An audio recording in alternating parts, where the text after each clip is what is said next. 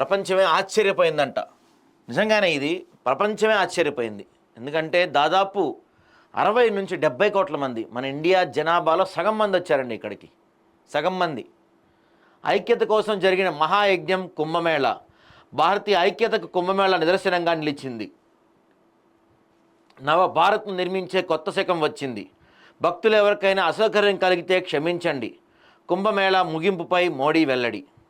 నిజంగా కొంతమందికి అసౌకర్యం కలిగింది, కానీ ఇంకేంటంటే అంత పెద్ద ఈవెంట్ జరిగినప్పుడు ఇట్లాంటి చిన్న చిన్నవి తప్పవు, జరుగుతాయి. సో ఏర్పాట్ల విషయంలో భక్తులు ఎవరైనా అసౌకర్యానికి గురైతే కనుక అందుకు క్షమించాలని కోరారు.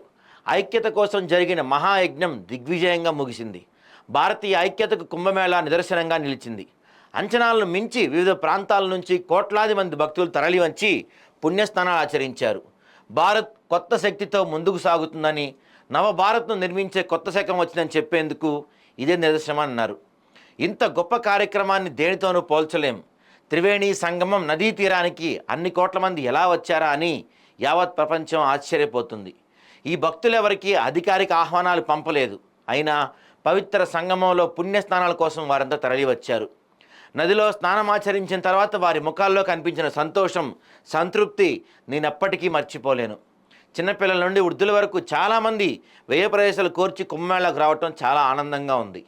ఈ సందర్భంగా మహాకుంభమేళాను విజయవంతం చేసిన యూపీ ప్రభుత్వం, సహకరించిన ప్రయాగ్రాజ్ ప్రజలు, భక్తులకు మోడీ ధన్యవాదాలు తెలిపారు. ఇంతటి పెద్ద కార్యక్రమాన్ని నిర్విఘ్నంగా నిర్వహించడం అనేది అంత సులువు కాదు. మా పూజల్లో ఏదైనా లోపం ఉంటే క్షమించాలని ఆ గంగా, యమున, సరస్వతి మాతలను ప్రార్థిస్తున్నా. భగవంతుని స్వరూపాలుగా భావించే భక్తులకు సేవ చేయటంలో ఏదైనా లోపం ఉంటే అందుకు ప్రజలు కూడా క్షమించాలని కోరుతున్నా అని మోడీ చెప్పారు. జనవరి 13 నుంచి 26 వరకు, ఫిబ్రవరి 26 వరకు 45 రోజుల పాటు సాగిన మహాకుంభమేళాకు దేశ విదేశాల నుంచి భక్తులు పోటెత్తారు. సామాన్య పౌరులతో పాటు పలువురు రాజకీయ, సినీ రంగాలకు చెందిన ప్రముఖులు త్రివేణి సంగమంలో పుణ్యస్నానాలు ఆచరించారు. రాష్ట్రపతి, మోడీ, ముఖ్యమంత్రులు ఎంతోమంది వచ్చారండి ఈ కార్యక్రమానికి. నిజంగా చెప్తున్నా కదా, నిన్న కూడా చెప్పాను కదా నేను, మన హిందువుల ఐక్యత ఏంటి, మన సనాతన ధర్మం యొక్క గొప్పతనం ఏంటి, అవన్నీ కూడా ఈ కుంభమేళా ద్వారా బయటపడినాయి. 70 కోట్ల మంది రావటం అంటే ఇట్స్ నాట్ ఏ జోక్. సగం దేశం వచ్చింది అక్కడికి. మన దేశ జనాభా 140 కోట్లు దాటిదని చెప్పుకుంటున్నాం కదా ఈ మధ్య. సో 70 కోట్లు రావటం అంటే అక్కడికి సగం జనాభా వచ్చారు.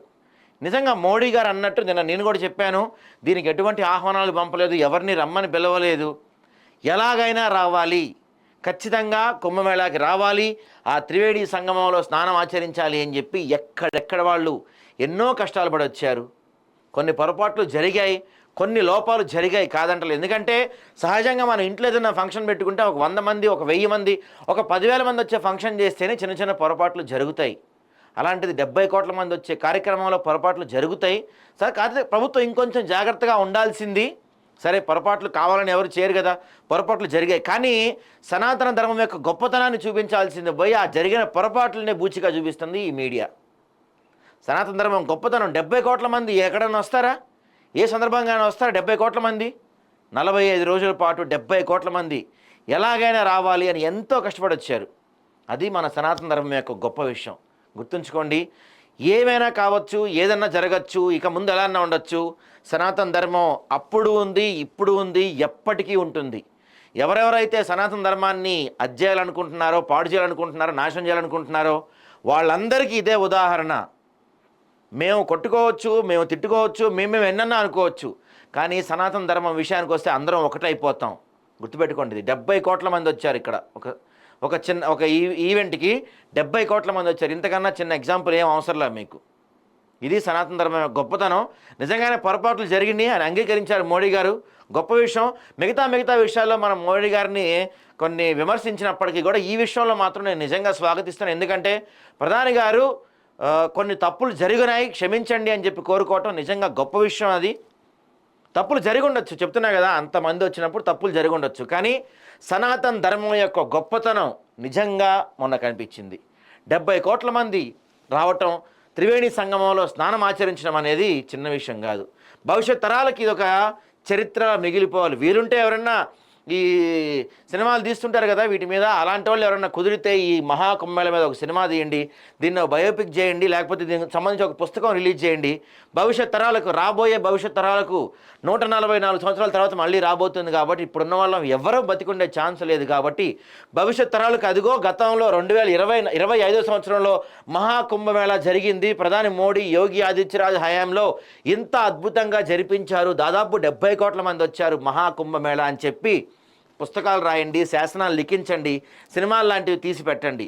భవిష్యత్ తరాలకి అవి గుర్తుండిపోయేలాగా శాసనాలు రూపొందించండి. ఎందుకంటే 70 కోట్ల మంది పాల్గొన్న ఇది ఒక చిన్న విషయం కాదు, చరిత్రలో లిఖించదగ్గ అంశం, చరిత్ర గుర్తుపెట్టుకోవాల్సిన అంశం. ఎప్పటికైనా మరో 144 ఏళ్ళ తర్వాత ఇప్పుడు జరిగిన దానికన్నా డబల్ వస్తారు, ఆ తర్వాత ఇంకా డబల్ వస్తారు. సనాతన ధర్మం పెరిగేదే కానీ తగ్గేది కాదు. ఎవడెవడైతే దీని గురించి కారు కూతలు కూశారో, ఇది మహాకుంభమేళా కాదు మృత్యుకుంభమేళని ఎవరెవరైతే కారు కూతలు కూశారో వాళ్ళందరికీ తొందరలోనే బుద్ధి చెప్పే రోజు దగ్గరలోనే ఉంది. సనాతన ధర్మం గురించి జోకులు వేసేవాడికి, మన కుంభమేళా గురించి, మన దేవుళ్ళ గురించి జోకులు వేసే వాళ్ళకి ఇదొక చెంపబెట్టి సమాధానం అవ్వాలి. గుర్తుపెట్టుకోండి. ఇంకొకసారి చెప్తున్నా కదా నేనే, మాలో మాకు ఎన్నెన్న గొడవలు ఉండొచ్చు, కానీ సనాతన ధర్మం జోలికి వస్తే అందరం ఒక్కటైపోతాం. అందరం పిడికిలు బిగిస్తే మీ పరిస్థితి ఏంటో ఆలోచించుకోండి. నిజంగా మోడీ గారు హ్యాట్స్ ఆఫ్ అండి. కుంభమేళ ఇంత అద్భుతంగా నిర్వహించారు. యూపీ సీఎం గారికి కూడా హ్యాట్స్ ఆఫ్. ఎందుకంటే మన దగ్గర గోదావరి పుష్కరాలు జరిగినప్పుడు ఎంతమంది, 200 మంది ఎంతమంది చనిపోయారు, నాకు నెంబర్ సరి గుర్తులేదు, 20 మంది అనుకుంటా, 20 మంది చనిపోయారు గోదావరి పుష్కరాలు తిప్పి కొడితే ఎంతమంది వచ్చి ఉంటారు? అలాంటిది 70 కోట్ల మంది వచ్చిన ఈవెంట్లో చిన్న చిన్న పొరపాట్లు జరుగుతాయి. దాన్ని హైలైట్ చేసి చూపించాల్సిన అవసరం లేదు ఎక్కడా కూడా. ఈ యొక్క గొప్పతనాన్ని వివరించే విధంగా రూపొందించండి. భవిష్యత్ తరాలకి ఇంత అద్భుతంగా మనం కుంభమేళా చేసుకున్నామని చాటి చెప్పే విధంగా ఏదైనా కార్యక్రమాలు రూపొందించాలని మేము కోరుకుంటున్నాం. మా తరపు నుంచి మేము కూడా తయారు చేస్తాం.